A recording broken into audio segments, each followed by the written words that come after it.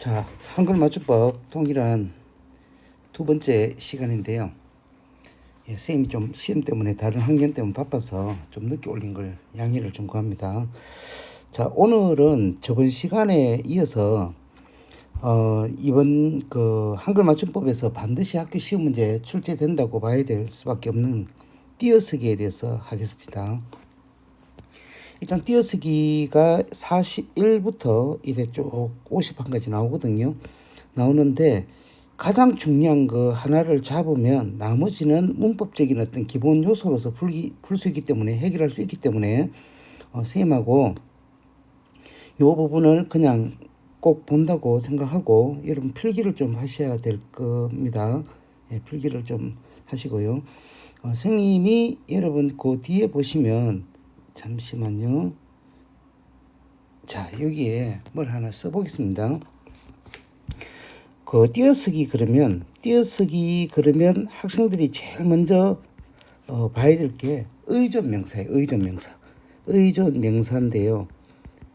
의존명사에 대한 이해를 정확하게 할 수 있으면 띄어쓰기에 거의 한 70%는 끝났다고 봐야 됩니다.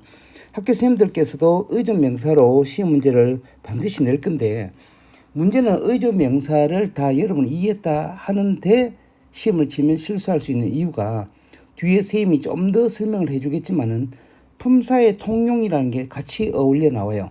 근데 이거는 교과서에는 언급되지 않거든요, 보통. 그래서 이제 시험을 치다 보면 학생들이 품사 통용을 이해를 바탕에 두지 않았기 때문에 그렇죠. 의존명사에서 갑자기 문제를 푸는데 내가 아는 거 가지고 판단하기가 좀 헷갈리는 경우가 발생해요. 그래서 그 부분까지 선생님이 같이 수업을 해주고 앞부분 프린트물에 있는 그 예시를 보면 이게 이렇구나라고 쉽게 이해가 될 수 있을 겁니다. 한글 맞춤법 강의에서 제일 중요한 50% 이상은 무조건 띄어쓰기라고 봐야 되거든요. 자, 시작합시다. 의존명사라는 명칭을 우리가 먼저 알아야 되는데요. 의존이라는 용어와 명사라는 용어를 구분해서 우리가 이해를 해야 됩니다. 자, 첫 번째 의존이라는 게 있습니다. 의존. 자, 두 번째는 명사겠죠. 됐죠? 자, 그러면 우리가 이제 판단해야 될 게 뭐냐면 여기서 의존의 의미가 뭐냐? 이 의존의 의미를 우리가 이해하기 위해서 의존의 반대가 무엇이냐라는 건데 의존의 반대는 자립입니다. 자립이에요. 근데 문법에서 여러분 형태소를 공부 좀 해본 학생은 아시겠지만 형태소가 뭡니까? 라고 물으면 형태소는 뜻을 가진 말의 최소 단위다. 즉 뜻이란 의미잖아요. 의미를 가진 말의 최소 단위다 라고 하는데 그 형태소에는 의미가 없는 것도 들어있거든요. 그렇죠. 형식 형태소 또는 문법 형태소라 해서 조사나 접사나 의미는 뜻을 직접 가지지 않게 됩니다. 그런데 단어라는 품사로 넘어오면 품사의 정의가 뭐지요? 단어의 정의는 스스로 자립해서 뜻을 가지는 말의 최소 단위예요. 쉽게 말하면 문법에서 말하는 자립성, 문법에서 말하는 의존성이라는 것은 스스로 독립적인 성격을 가지느냐도 포함하는데 그보다 더 중요한 것은 의미를 가질 수 있느냐가 더 중요합니다. 그러면 자립이란 말을 거기에 기준을 두면 자립은 의미를 스스로 가지는 단어를 우리는 자립성 단어라고 합니다. 우리 보통 품사라고 하죠. 근데 의존이라는 말은 이 자립의 반대이기 때문에 다른 말을 바꾸면 스스로 의미를 지니지 않는다고 봐야 됩니다. 됐죠? 스스로 의미를 지니지 않는다고 보고 두 번째 우리가 봐야 되는 게 뭐냐면은 그러면 스스로 의미를 지니지 않기 때문에 이 말의 의미를 조금이라도 부여되려면 문법에서 부여되려면 사실 의미는 부여되지 않습니다. 문법적 기능을 부여되려면 이 단어가 다른 단어의 의존, 쉽게 말하면 의지적인 요소를 의지적인 역할을 받을 때 비로소 문장에서 능란하게 쓰일 수가 있는 거예요. 그래서 여기에서는 다른 단어라고 하죠. 다른 단어와의 연결성을 통해 문장을 형성하는 요소다 이렇게 보면 되는 겁니다. 자, 그러면 의존이란 단어는 이해가 됐다고 쳐요. 그런데 갑자기 명사라는 게 딱 나오니까 여러분 머릿속에 뭐가 딱 떠오릅니까? 선생님, 명사는 단어의 낱말의 뜻을, 그렇죠, 단어의 이름을 지칭하는 품사를 명사라고 하잖아요. 의존 명사도 어떤 말의 이름을 지칭한다고 생각할 수 있는데 그게 아닙니다. 분명히 이야기하지만 뜻이 없었기 때문에, 그렇죠, 어떤 말의 이름을 지칭한다고 볼 수는 없는 입장이라고 우리가 해석해 봐야 되거든요. 그렇게 본다면 명사는 무엇일까? 여기에서 말하는 의존 명사는요, 첫 번째, 잠깐만요, 색깔이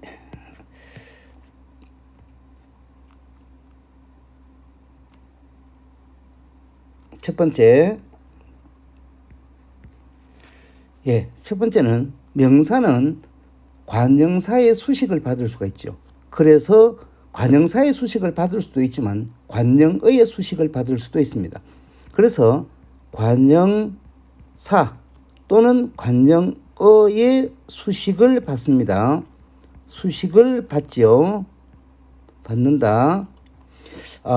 그러면 이제 여기서 또 좀, 그렇죠, 여러분이 또 궁금해하는 게 있습니다.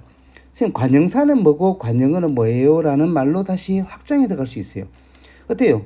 저번 시간에 선생님이 수업할 때도 그랬지만은 계속 뭔가를 이해하려고 하니까 연결되는 다른 품사들이, 다른 문법의 용어들이 계속 나오죠. 문법이라는 거는 하나를 내가 봤다가 해서 다 아는 게 아니라는 걸 반드시 여러분 이해하고 있어야 됩니다. 자, 관형사는요, 자, 합시다. 관형사는 품사를 지칭하는 말이고요. 관형어는 품사가 모여서 이루어지는, 또는 품사보다 그 문법적 범위가 넓은 문장 성분을 지칭하는 용어입니다. 사로 끝나고 어로 끝나기 때문에 구별을 해야 되는데요. 이 관형어를 영어 쌤들한테 수업을 받다 보면 영어 쌤들은 이거를 형용사라고 표현합니다. 무슨 말인지 아시겠죠? 영어에서 말하는 형용사가, 영어에서 말하는 형용사는 국어에서 관형어예요. 아시겠죠? 그래서 영어에서 형용사는 명사를 수식할 수 있죠. 국어에서는 형용사가 명사를 수식할 수는 없습니다. 그러면 이 형용사가 명사를 수식하려면 이 형용사를 명사를 수식하는 품사로 바꾸어야 되거든요. 그래서 어떤 하나의 문법적 요소가 나오는 겁니다. 그거를 선생님이 적어 드릴게요. 용언의 어간 뒤에 관형사로 만들 수 있는 문법적 요소가 관형사형 전성음이라는 게 붙어요. 관형사 형태로 전성, 성격을 바꾸어지는 어간 뒤에 붙으니까 음이겠죠. 관형사형 전성음이가 붙어버리는데 여기에는 니은 또는 은, 는, 리을 같은 것들이 존재합니다. 요렇게 결합하는 형태 있잖아요. 여러분, 요거를 뭐라고 한다? 다른 말로 용언의 관형사형이랍니다. 용언의 관형사형이라고, 이거를 다른 말로 뭐라 하느냐? 관형어라고 합니다. 아시겠죠? 그러므로 관형어의 또는 관형사의 수식을 받는 단어다. 두 번째, 명사는 뒤에 뭐가 오지요? 뒤에 조사가 옵니다.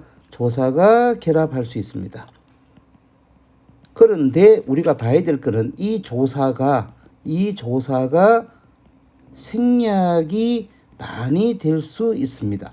그래서 이게 조사를 여러분이 문제를 풀 때 집어넣어 보세요. 그래서 말이 잘 될 겁니다. 집어넣어 보면 됩니다. 자, 그러면 의존 명사가 뭐야? 라고 말하면 스스로 뜻은 가지지 못한다. 그러나 명사가 가지는 문법적 기능인 기역과 니은의 역할을 다 할 수 있다. 이게 의존 명사입니다. 그러면 이거를 우리는 뭐라 하느냐? 자, 보세요.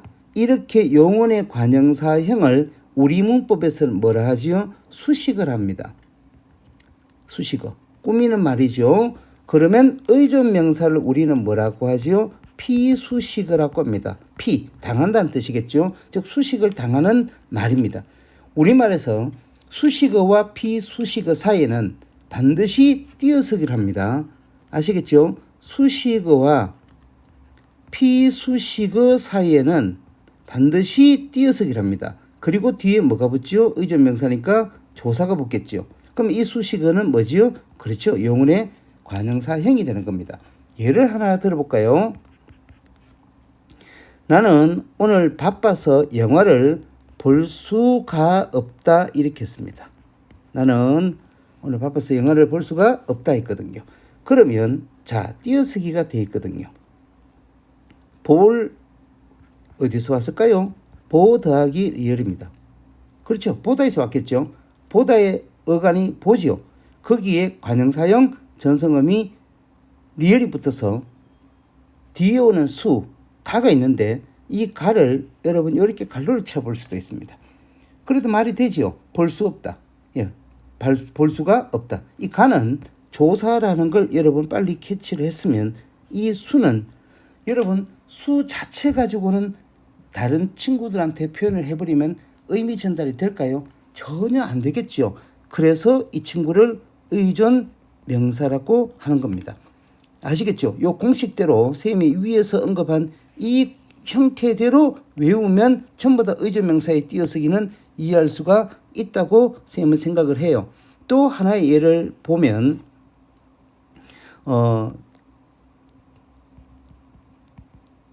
달릴 만큼만 달리자 이렇게 했습니다. 말도 아니고 계속 달리고 있죠. 자, 달릴 만큼만 달리자. 달릴 해볼까요? 달리를 어디서 왔을까? 여러분 달리다에서 당연히 왔겠죠. 달리다기 뭐가 붙었을까? 리얼이 붙었겠죠. 그런데 여기에 띄어쓰기를 시켜버리는 거예요. 왜? 만큼이라는 게 뭐죠? 지 스스로는 뜻이 없잖아요. 근데 만이라는 보도사가 붙었거든요. 조사, 보도사 다 붙을 수 있습니다. 그러면 이 만큼은 스스로 뜻은 가질 수 없지만 달릴 만큼만 달리자 이렇게 그러면 이 만도 생략 가능하죠. 달릴 만큼 달리자 이렇게 되니까 이게 의존 뭐지요? 명사라고 볼 수 있는 겁니다. 아시겠죠? 이렇게 여러분 의존 명사를 여러분이 판단하고 야 이게 띄어쓰기 어떻게 할까라는 게 걱정되거든. 요 선생님이 위에서 언급했던 요 문장 형식, 요 구조 형식 있죠? 요 구조 형식을 잘 외웠다가 그 구조대로만 찾아가면 문제를 풀 때 다 띄어쓰기가 해결될 수 있다고 쌤은 생각을 하는데 아까도 앞에서 언급했지만 여기서 아주 중요한 건 이게 실수를 가장 많이 할 수 있는 거예요. 뭐냐면은 품사의 통용이라는 게 있습니다. 자, 품사의 통용은 여러분 내신 또 내신이지만 수능을 할 때요. 모의고사에 수시로 나오고 여러분이 반드시 접할 수밖에 없는 겁니다. 그래서 꼭 알아놓으시면 도움이 됩니다. 선생님 별표 하나 칠게요. 자, 품사의 통용이 뭐냐? 아주 간단합니다. 품사의 통용이라는 것은 모양은 같습니다. 단어의 모양은 같은데 문법의 기능이 같지 않은 걸 품사의 통용이랍니다. 아시겠죠? 즉 기능이 다르다는 말은 품사가 다르다는 걸 의미합니다. 품사가 다르다. 아시겠죠? 품사가 다르다는 말로 해석할 수 있는데 자, 예를 들어 볼게요.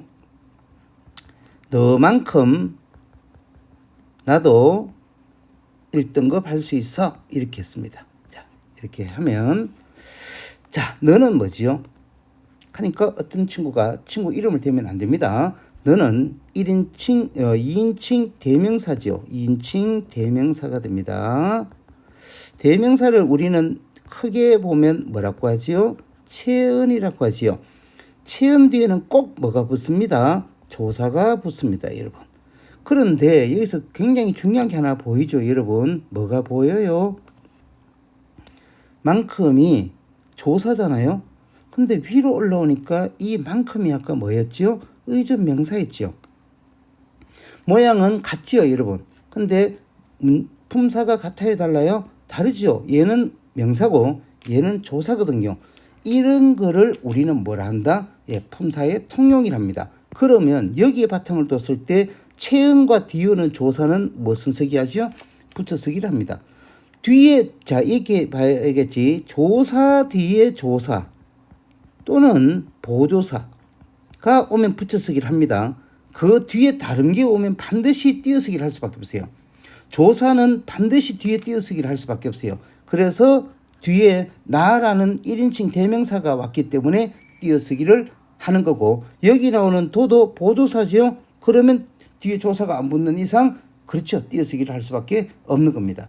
여러분 조심해야 될 거는 그렇죠. 이 품사의 통용, 의존 명사와 또 다른 모양이 같은데 품사로 헷갈리지 말고요. 시험을 칠 때 그럼 어떻게 하느냐. 앞에 자 보세요. 중요한 겁니다. 앞에 어떤 친구가 오느냐. 앞에 어떤 친구가 오느냐에 따라서 의존 명사인지 다른 품사인지를 구분할 수 있도록 하세요. 만약 시험을 치는데 헷갈리면 여러분 반드시 이 자체만 가지고 판단하시려고 하지 마시고 앞에 무엇이 왔느냐를 가지고 판단하는데 용언의 의간다하기 관형사형 전승의미가 오면 무조건 의존명사라고 봐야 됩니다. 아시겠죠? 그러면 100% 띄어쓰기 해야 됩니다. 요게 가장 중요한 거고요. 마지막 정리를 하나 더 하면 수관형사가 있거든요. 수관형사. 수를 나타내는 관형사입니다. 관형사 뒤에 띄어쓰기 하고 띄어쓰기 꼭 합니다. 단위명사가 나옵니다. 단위명사가 나와요. 단위명사 뭐 있죠? 여러분 개, 마리, 뭐 한 개, 두 개, 개 한 마리, 두 마리, 또 뭐가 있죠? 연필 한 자루 등등등 엄청나게 많은 단위명사가 있죠. 명사 뒤에는 꼭 뭐가 온다고요? 조사가 오겠죠. 예, 이 단위명사도 무슨 명사다? 이 단위명사도 의존 명사입니다. 그래서 그 앞에 나오는 수를 나타내는 관형사는 반드시 무슨 쓰기를 합니다. 띄어쓰기를 합니다. 이거를 절대 잊어버리면 안 됩니다. 이걸 바탕에 두고 앞으로 가서 하나씩 체크해 볼게요. 자, 42랑 아까 선생님이 이 말 했죠. 조사는 반드시 붙였습니다. 어디? 앞말에. 자, 이거 명사지요. 명사지요. 명사지요. 이해됐죠? 자, 명사 뒤에는 자, 아까 선생님이 이야기했죠. 명사 넓게 보면 뭐지요? 체언이죠. 체언 뒤에는 반드시 조사가 옵니다. 얘들은 무조건 붙여 쓰죠. 그러면 가치가 여러분 눈에는 뭐같이 보일 수 있어요?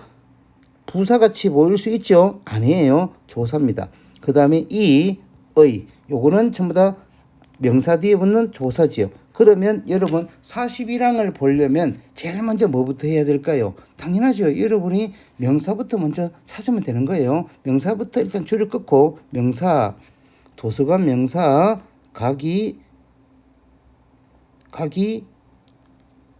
가기로 했다 나오죠. 예, 가기로 했다 나오죠. 자, 이렇게 합니다. 자, 보셔야 돼요. 선생님, 이 가치는 조사 아닌가요? 그렇죠. 앞에 명사가 없잖아요. 그때는 이 친구는 같이 가다, 같이 먹다, 뒤에는 용어를 꾸미는 부사와 전미사가 됩니다. 우리 앞에서 한글 맞춤법에서 배웠죠. 이가 명사와 전미사도 될 수 있지만 부사와 전미사도 될 수 있거든요. 만약 명사와 전미사 이가 돼서 단어가 명사가 되면 뒤에는 조사가 오겠죠. 요런 걸 아까 뒤에 앞에서 쌤이 가르쳤죠. 품사에 뭐라고? 통용이라고도 합니다. 그러면 도서관에 또 띄우고요. 요 조사죠. 가다의 기가 명사와 전미사거든요. 가기. 그 다음에 뒤에는 로가 옵니다. 조사지요. 그러면 뒤에 또 조사가 오지 않기 때문에 띄어쓰기를 하는 겁니다. 아시겠죠? 자, 그 다음에 선생님이 누누이 말했던 제42항 의존 명사입니다. 별표 크게 두 개. 가장 중요하겠죠? 의존 명사는 띄어쓴다. 여기는 남자뿐이야 라고 납니다. 남자뿐이야 나오죠. 자, 남자가 명사입니다. 그리고 뿐은 뭐지요? 이다, 요거는 서술격 조사입니다. 잘 보세요. 서술격 조사입니다. 그러면 이 뿐은 체언 뒤에 붙어서 한정의 뜻을 나타내는 뭐예요? 보조사입니다. 아시겠죠? 이건 보조사입니다. 자, 두 번째, 믿을 것은 이렇게 돼 있죠. 자, 기본형 어지요? 믿다 있어. 을이 뭘까요? 관형사형 전성음이죠. 은은 지스스, 것은 지스스로 뜻이 있어요. 없죠, 여러분. 그래서 인마가 의존 뭐입니다? 명사입니다. 그러면 은은 뭐지요? 당연히 뒤에 조사가 오겠죠. 조사가 되는 겁니다. 아시겠죠? 그 다음에 웃을 뿐이다 했었죠. 아까 여기서 뿐은 뭐라 그랬어요, 여러분? 보조사지요. 왜? 명사 뒤에 붙었기 때문에 보조사입니다. 그런데 웃을은 웃다에서 을이 뭐예요? 관형사형 전성음이겠죠. 그러면 인마가 용언의 관형사형이 되겠죠. 뿐은 뒤에 이다라는 뭐를 가지고 와요? 조사를 가지고 오지요. 그러면 얘는 무슨 명사지요? 의존 명사가 되는 거예요. 아시겠죠? 이런 걸 뭐라고 한다고요? 품사의 통용이라 하는 겁니다. 여러분 힘드시죠? 예, 이거를 확실히 구분하기 위해서 아까 선생님이 뭐라 하대요? 앞에 뭐가 오느냐, 도대체 앞에 뭐가 오느냐에 따라서 그렇죠. 이게 의존명사인지 조사인지 구분할 수 있는 것. 아까 선생님이 이야기했던 그 설명, 그거는 10번이고 100번이고 외워도 괜찮습니다. 반드시 외워놓으세요. 그래야 도움이 됩니다. 여러분 자 보세요. 그 다음에 법은 뭐지요? 자 여러분 다시 할게요. 법은 뭘까요? 법은 예 선생님 법은 명사예요. 명사 맞아요. 명사죠. 대로는 뭐죠? 명사 뒤에는 뭐가 붙는다고? 조사죠. 조사 뒤에 조사 안 왔잖아요. 그러면 바로 띄어쓰기를 해버리면 됩니다. 자 그런데 알다에서 왔겠죠. 아는은 알다에 는이 뭐지요?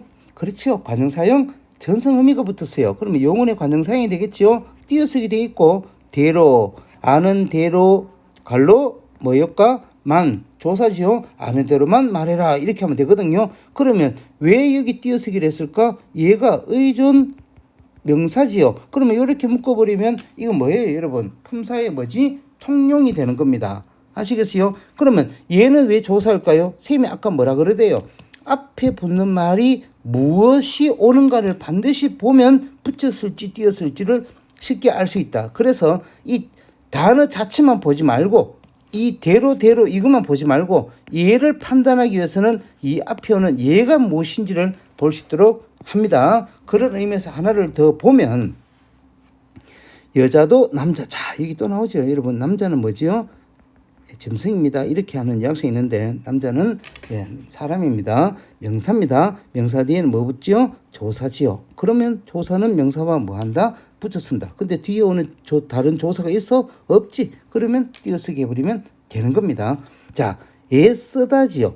그러면 이거는 애쓰다의 어간이 애쓰지요. 더하기 니은이 붙습니다. 그러면 여러분 이거 용언의 무슨 사용? 관형사용이죠. 당연히 뒤에 만큼, 예쓰는 만큼만 얻는다 나오죠. 조사 붙을 수 있죠. 그럼 이거 뭘까요? 의존 명사지요. 앞에 오는 게 무엇이냐에 따라서 여러분 뭐가 된다고요? 예, 그렇죠. 품사의 통용을 확인할 수 있는 겁니다. 하나만 더 볼까요? 여러분 10 숫자를 나타내는 수관형사입니다. 잘 보세요. 연이 뭐지요? 예, 연은 단위를 해 1년 단위, 그러니까 시간의 단위를 나타내는 단위 명사죠. 단위 명사입니다. 그럼 이는 뭐지요? 조사죠. 명사 뒤에 조사 붙죠. 그럼 쌤이 아까 뭐라 그러대요? 이것도 의존 명사라 그랬죠. 그럼 숫자 나타내는 말 반드시 무슨 쓰기 해버린다? 띄어쓰기 한다. 그런데 여기에 있는 뭐지? 실음은 명사잖아요. 명사 뒤에는 뭐가 붙지? 조사지요. 조사 뒤에 다시 뭐가 붙어요? 조사가 붙지요. 판은 다시 할게요. 쌤이 헷갈렸습니다. 실음판 할 때 실음판은 합성명사입니다. 그러니까 실음이라는 명사 더하기 판이라는 명사가 합쳐져서 이루어진 합성명사예요. 합성으로 만들어진 합성명사입니다. 명사 뒤에 뭐가 붙어요? 조사가 붙지요. 그러면 명사 더하기 명사가 새로운 단어가 되는 것은 반드시 무슨 쓰기 한다? 띄어쓰기 한다. 그런데 여기에는 숫자를 나타내는 한 판, 두 판 하는 수관형사가 오잖아요. 그런데 이 판은 뭐예요? 단위 명사지요. 예, 단위 명사가 됩니다. 그러면 당연히 한 판을 두자 이런 조사 붙을 수 있죠. 그러면 이만은 단위 명사, 다른 말로 의존 명사, 그러면 무슨 쓰기 한다? 띄어쓰기 한다. 이렇게 하면 되는 겁니다. 43번은 44망은 여기에 바탕을 두고 단위를 나타내는 명사, 즉 단위 명사지요. 띄어쓴다 이렇게 나오죠. 한 띄우고 포기, 한 띄우고 그루 또 나온지 벌써 10 띄우고 연. 그 다음에 한 띄우고 길. 그렇죠. 여기는 제58 띄우고 회. 그렇죠. 이렇게 하는 겁니다. 그 다음에 수를 적을 때는 만 단위로 띄웠습니다. 그러니까 10만 띄우고 5천 뭐 이렇게 들어갑니다. 아시겠죠? 그 다음에 두 말을 이어주거나 열거할 때는 다음 말들을 띄어 쓴다. 국장 띄우고 겸 띄우고 가장입니다. 내지 띄우고 수물이고요. 이해됐죠? 천군 띄우고 대 띄우고 백군입니다. 이렇게 보시고 두 음절로 된 단어가 연이어 나타날 적에는 붙였을 수 있다는데 요거는 여러분 두 음절로 된 한 단어가 연이어 나타나는 거잖아요. 그러니까 한입 두입 이 말 저 말 이렇게 되면 앞에 것 그렇죠. 다 이렇게 붙여서 그 중간에 끄는 띄어쓰기를 하는 걸 원칙으로 하는 겁니다. 그 다음에 본용어과 보조용어는 띄어쓰기를 원칙으로 하되 경우에 따라 허용한다라고 나오는데 이 경우가 뭘까요? 이게 사전을 찾아봐야 됩니다. 이게 이 경우만 적용해라는 건 없습니다. 그래서 다만 앞말에 조사가 붙거나 앞말이 합성용어인 경우 그리고 중간에 조사가 들어갈 적에는 그 뒤에는 보조용어는 띄어쓴다 이렇게 나오는데 한번 해볼까요? 잘도 놀아만 나는구나 라고 하지. 나는구나는 여러분 나다에 는 구나가 결합했는 거예요. 요거는 본용어과 보조용어이죠. 붙여 쓰는 겁니다. 그 다음에 보다에 아라가 오잖아요. 됐죠? 그러면 요거는 명령형이거든요. 예, 요게 결합해서 하나로 보는 거예요. 그런데 올 덧도 하다라고 하지요. 올 오다에서 왔겠죠. 덧은 의조명사지요. 조사지요. 요건 띄어쓰게 되는 겁니다. 알아듣겠죠, 여러분? 예, 나머지 부분은 요 밑에서 여러분이 여기는 남자 아까 했죠. 뿐이야 이렇게 하고 그저 띄우고 웃을 띄우고 뿐이다 이렇게 하죠. 법 명사니까 대로는 조사겠지 띄우고 하세요 이렇게. 그런데 안어는 알다에 는이 붙었으니까 관정사형 전성음이 붙었죠. 대로 띄우고 말해라. 왜? 의존명사 이렇게 연습을 하시고 여러분 이렇게 한다고 내가 이제 다 알겠어라고 하면 안 됩니다. 이 단어는 정말 많은 문제를 풀면서 정말 많은 예시를 봐놔야 됩니다.